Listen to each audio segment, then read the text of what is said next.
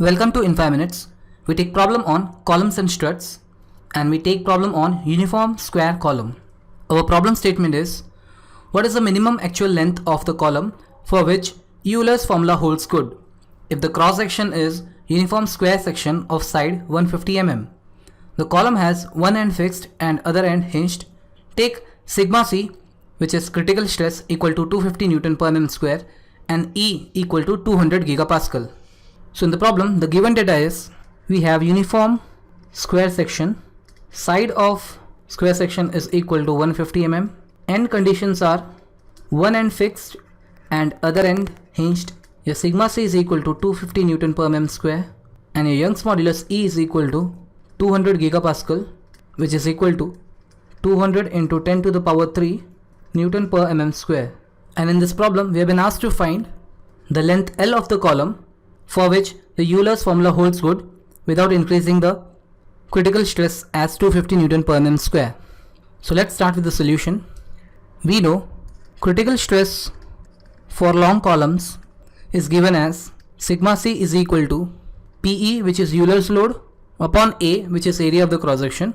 So this is equal to pi square EI upon LE square into A. So this is equal to pi square EI upon LE is the equivalent length of the column. For the given end condition as one end fixed and other end hinged, we know LE is equal to L by root 2. So LE square becomes L by root 2 square into area A.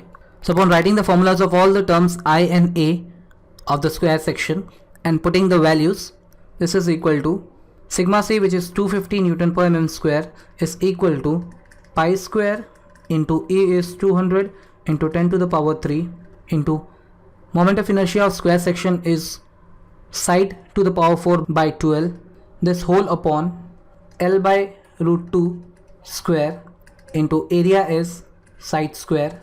Upon putting the value of side equal to 150 mm, we have 250 equal to pi square into 200 into 10 to the power 3 into 150 to the power 4 upon 12 upon L square by 2 into 150 square. Upon solving this, we get the value of L equal to 5441.4 mm or 5.4 meters.